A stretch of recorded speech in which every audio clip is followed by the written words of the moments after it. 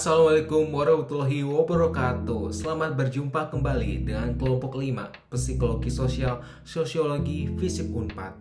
Pada kesempatan kali ini kami akan membahas resume video pertemuan kelima yang diambil dari buku Pemasaran Sosial bagian 2. Selamat menyaksikan. Saat ini masyarakat masih menganut best practice ketimbang future practice. Artinya masyarakat masih nyaman berada di zona mengikuti orang lain, bukannya menciptakan zonanya sendiri. Future practice pun hanya hadir di kalangan masyarakat dengan growth mindset, yaitu orang yang sadar jika dunia ini berkembang maka pemikirannya pun harus berkembang mengikuti dengan zaman. Menurut orang dengan growth mindset, tidak ada kata gagal. Kegagalan hanyalah kesuksesan yang tertunda dan akan dijadikan sebagai pembelajaran ke depannya. Sebaliknya, terdapat pula masyarakat dengan fixed mindset, yaitu orang yang menganut pemikiran bahwa kegagalan merupakan akhir dari segala kemampuannya dan berpikir bahwa kemampuan yang ia miliki saat ini merupakan final dan tidak dapat dikembangkan lagi.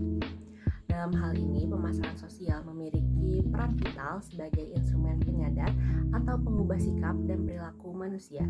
Maka dalam rangka membangun negara yang cerdas, diperlukan gerak langkah yang searah dan seirama. Akan tetapi, masih terdapat perubahan perilaku yang belum mendukung visi pembangunan dan menjadi penghambat, yaitu perilaku vandalisme yang merusak fasilitas umum, perilaku korupsi dan pungli, perilaku penyebaran berita hoax yang menyebabkan miscommunication, perilaku plagiarisme, dan lain sebagainya. Maka dari itu, selalu dibutuhkan pemahaman mengenai sikap masyarakat yang dapat mendukung dan menghambat laju pembangunan. Membangun program pemasaran sosial merupakan perpaduan dari upaya meningkatkan soft skill dan hard skill seorang individu. Akan tetapi, soft skill yang secara umum sering digunakan dalam seluruh topik pemasaran sosial yaitu communication skill, collaboration skill, creativity and innovation skill, leadership skill, idea presentation skill, dan lain sebagainya. Hal tersebut berkaitan dengan kebutuhan pemasaran sosial yang melibatkan beberapa orang sehingga kita dilatih agar dapat bekerja sama dengan orang lain, membangun public speaking dan idea presentation, dan terakhir cenderung melibatkan banyak pihak untuk bekerja sama sehingga dapat melatih collaboration skill. Beragamnya soft skill yang diperoleh sedikitnya bisa menjadi modal awal di era revolusi industri 4.0, yang dimana kita ketahui terdapat beberapa karakteristik program pembelajaran demi tuntutan revolusi industri 4.0, antara lain program e-learning di mana kita bisa melakukan pembelajaran dimanapun dan kapanpun, program belajar lebih disesuaikan dengan kebutuhan dan karakter individu mengingat zaman pun ikut berubah. Individu dapat memilih cara belajar sesuai dengan karakter masing-masing individu. Individu semakin dihadapkan dengan project-based learning, proses belajar akan lebih mengarah kepada praktik langsung seperti magang. Pendapat siswa atau mahasiswa akan lebih dipertimbangkan.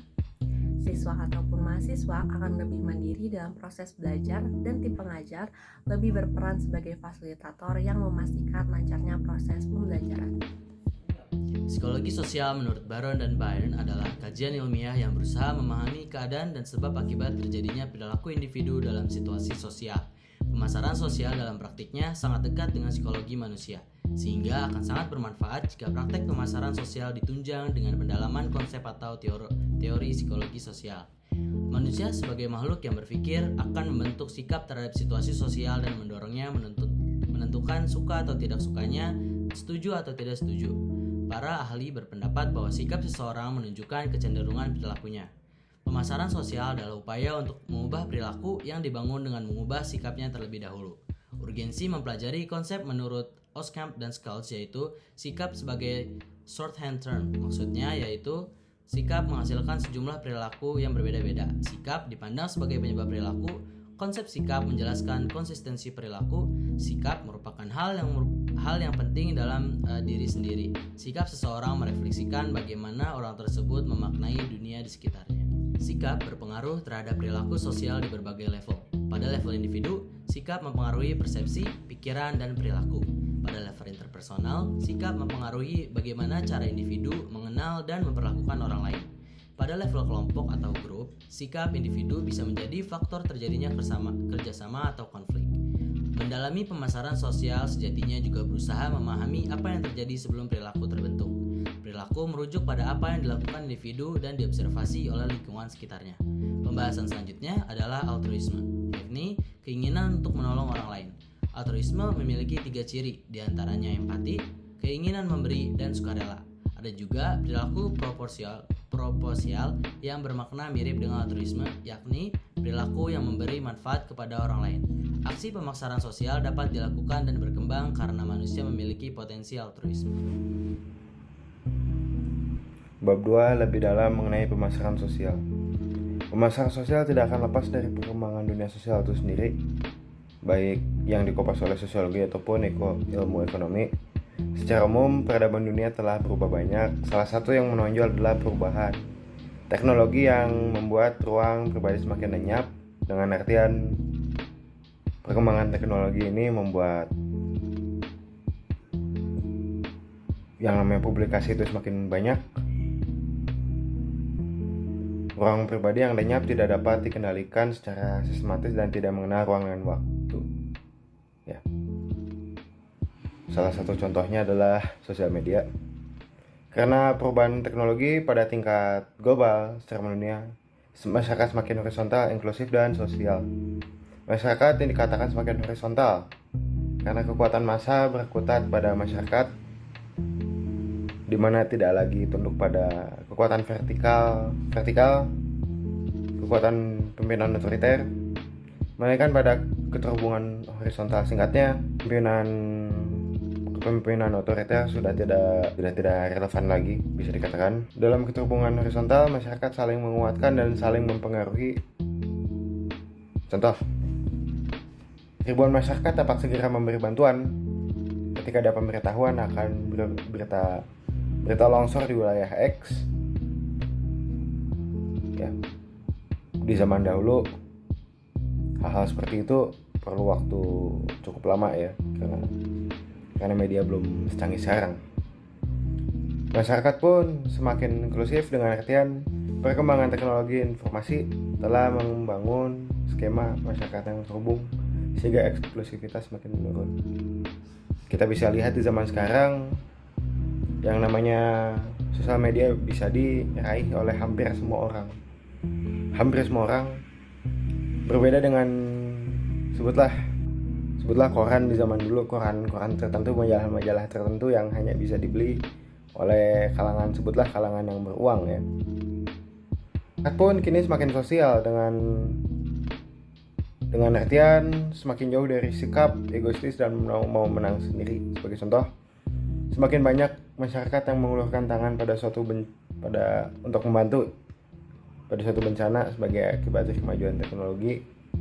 Lalu bagaimana dengan sikap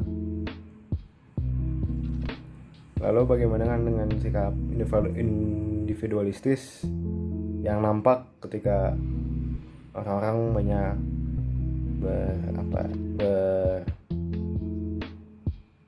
berkutat dengan gawainya? Jadi di sini saya menjelaskan tentang membangun kapasitas pada buku di bab 4. Membangun kapasitas. Upaya membangun kapasitas sendiri sebagai tenaga pemberdayaan masyarakat pada pemasaran sosial atau social marketing pada khususnya tentu adalah sebuah hal yang berkesinambungan. Ada beberapa hal untuk membangun kapasitas diri kita tersendiri. Yang pertama ada mentalis pengemudi. Jadi kita harus mempunyai mental seperti pengemudi. Istilah ini digunakan untuk menggambarkan daya dorong atau inisiatif mandiri kita dalam membangun program pemasaran sosial. Yang kedua ada membangun disiplin atau self-disiplin. Ini adalah sebuah kemampuan yang memungkinkan individu bertindak tanpa terganggu oleh keadaan sosial. Jadi kita harus merasa disiplin untuk diri kita sendiri. Lalu ketiga ada kemampuan berpikir. Berpikir adalah konsep cara berpikir untuk menyimpulkan sesuatu isu. Suatu cara juga untuk membayangkan bahwa berpikir merupakan proses di mana persepsi indera muncul dan dimanipulasi. Berpikir memungkinkan individu untuk meniru lingkungan. Lalu yang keempat ini membangun kemampuan berpikir kreatif. Tidak seperti pemecahan sosial biasa, Solusi berbasis kreativitas atau creative solution adalah solusi atau jalan keluar yang belum pernah terpikirkan oleh orang lain sebelumnya. Lalu yang kelima ada membangun kemampuan berpikir kritis. Berpikir kritis harus kita punyai, skill ini harus kita punyai. Karena ini adalah seni menganalisis gagasan berdasarkan penalaran logis. Berpikir kritis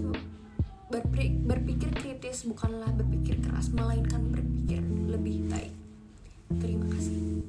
Sekian resume pertemuan 5 dari kelompok 5 Psikologi Sosial Sosiologi FISIP 4. Semoga apa yang kami sampaikan dapat bermanfaat bagi penonton sekalian. Kami ucapkan terima kasih.